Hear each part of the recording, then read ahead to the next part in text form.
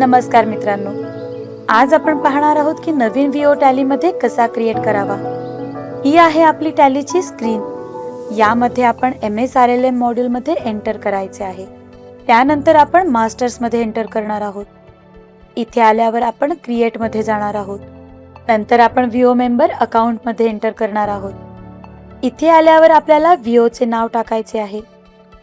Enter करून आल्यावर आपण लोन व्हीओ अकाउंट हा ग्रुप घेऊया। आपण यांना ज्या प्रकारे लोन देणार आहोत त्यानुसार ग्रुप सिलेक्ट करायचा आहे।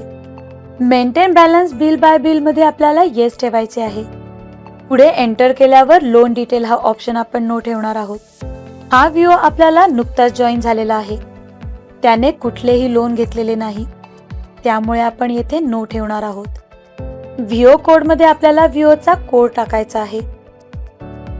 पुढे जॉइनिंग डेट मध्ये व्हीओ जेव्हा CLF ला जॉईन होतो ती डेट टाकणार आहोत। आता व्हीओचा ॲड्रेस टाकायचा आहे। पुढे स्टेट महाराष्ट्र आणि कंट्री इंडिया येईल। पिन कोड टाकूया। व्हीओचा मोबाईल नंबर आपण इथे टाकू शकतो। एंटर केल्यावर प्रोव्हाइड कॉन्टॅक्ट डिटेल्स येस करायचे आहे।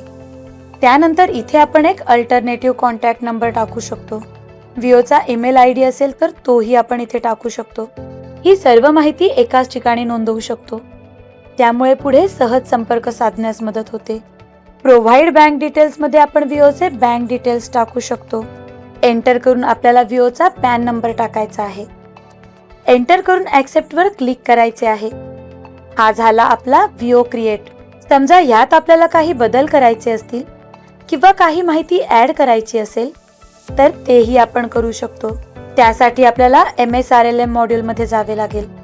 यासाठी पहिले कीबोर्डवरची एस्केप की प्रेस करूया। त्यानंतर अल्टर मध्ये जायचे आहे। नंतर आपण व्हीओ मेंबर अकाउंट मध्ये येणार आहोत। आता आपण जो व्हीओ क्रिएट केला आहे त्याचे नाव इथे टाईप करणार आहोत। तो व्हीओ सिलेक्ट करणार आहोत।